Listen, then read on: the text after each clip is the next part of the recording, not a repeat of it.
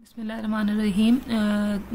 Course name is Object Oriented Software Engineering, and the lecture is on UML sequence diagram. This is part 2 of the lecture.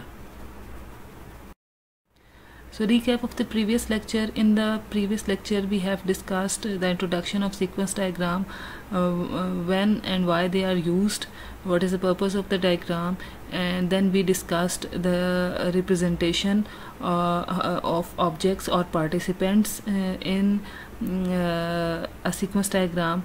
Then we discussed various kinds of messages in sequence diagram. In today's lecture, we will understand sequence diagram with the help of a case study. Then we will discuss various kinds of interaction frames or combined fragments used in a sequence diagram. Then the summary of the lecture. So this is the case study is on Soda machine. This case study I have taken from the book UML in 24 hours. The reference of the book is given at the end of this lecture. Let me explain this a little bit.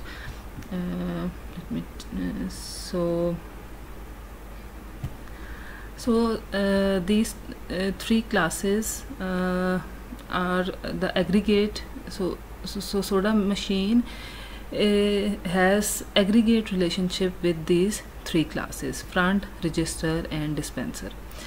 So front class, it accepts selection and cache from the customer. It display prompt to the user. It receive change from the register and make it available to the customer. It return the cache to the customer, and it receives soda from the dispenser and make it available to the customer. Then the register class of the case study, it gets the customer input,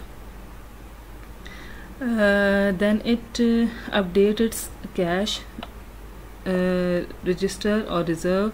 Then it will check the change, if the change is available or not. Then the dispenser class of the Soda machine, it checks the availability of the selection made by the customer at the front, and it will release a can of soda to the customer. So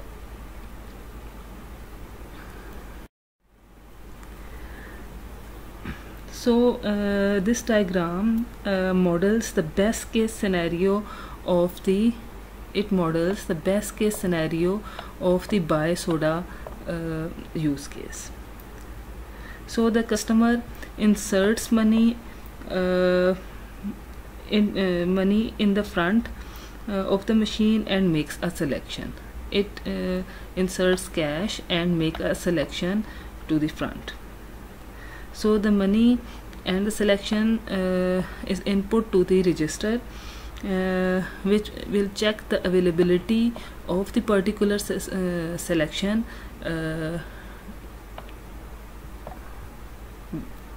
The dispenser is responsible to check the availability of the particular selection made by the customer. Then, as this is the best case scenario, so the selection made by the customer is available. We assume this because we are modeling the best case scenario. So in that case, as the selection of the customer is available, so register will be updated, and soda will be, particular selection will be received by the front. So this is the best case scenario of buy soda use case. So this diagram represents the sold out scenario of the buy soda use case.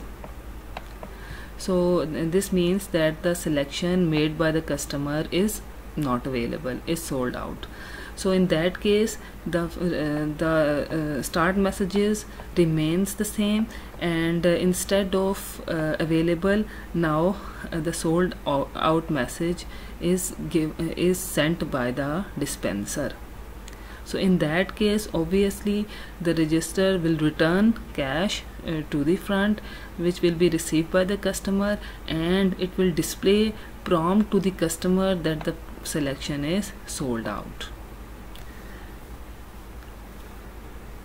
So as you can see that there are three classes in the class diagram of the soda machine, which I had shown you before: front, register, and dispenser. So these are the participants or objects in the sequence diagram. So in this way you can make your sequence diagram. You can take objects or classes from your class diagram, and then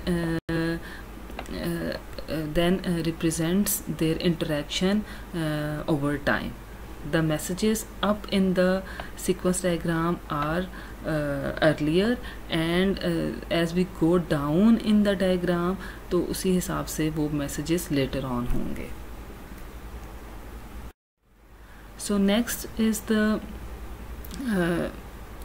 interaction frames or combined fragments, which are also called combined fragments.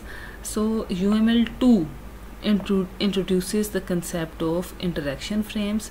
By using the interaction frames, we can model complex behavior, complex logic in the sequence diagram. So combined fragment make it easier to create and maintain accurate sequence diagram and to model complex logic in it. So it is represented by the rectangular box, and here you mention the type of operator you are using. So there are various types of operators for interaction frames. First is the alt operator. So alt is alternative multiple fragments. Only the one whose condition is true will execute. So there are different alternatives that execute depending on which guard condition is met. So these alter sequences are mutually exclusive. ये one at a time execute होंगे. These alt sequences are mutually exclusive. So ये if else वाला behavior we will represent in alt scenario, alt combined fragment. Then opt combined fragment, which refers to optional. The fragment executes only if the supplied condition is true. You can say it if without an else. Okay. Then the parallel combined fragment. Sometimes in real life interactions can happen in parallel. So use parallel when interactions are happening simultaneously. So each fragment is run in parallel simultaneously. So then the loop combined fragment. So the fragment may execute multiple times as long as the guard condition is true.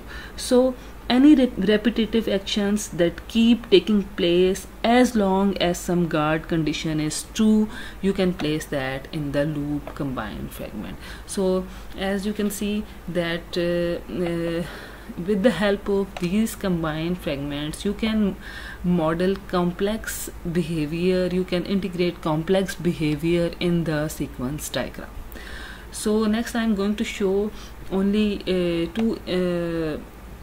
only example of alt and opt combined fragment. Rest, there are various other operators as well, but I have discussed the very common one. So this this diagram is from the same case study, in which now I have used alt combined fragment. So in the alt type of combined fragment, each fragment is an alternate and proceeds only when certain guard condition is met. So check availability of the selection. This message goes to the dispenser as we have seen before. So in this case there can be two possibilities: either the particular selection is sold out or not, or available. Fine. So only one of them will execute at one time. So if the particular selection is sold out, in that case the register will send message to the front that the selection is sold out and the transaction is over and cash will be returned to the customer. Else it will update, the register will be updated, the price will be deducted, and if the cash is greater than price, in that case change will be sent to the customer.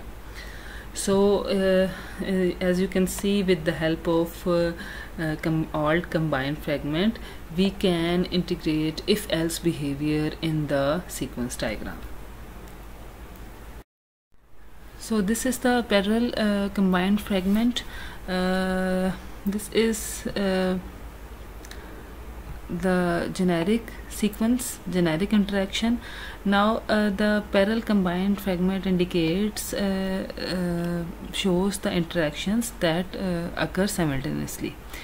So if the cash is greater than price, it will the register will send the change to the front, and at the same time it will send message to the dispenser to release the particular selection, and that selection will be received by the front and the transaction is over.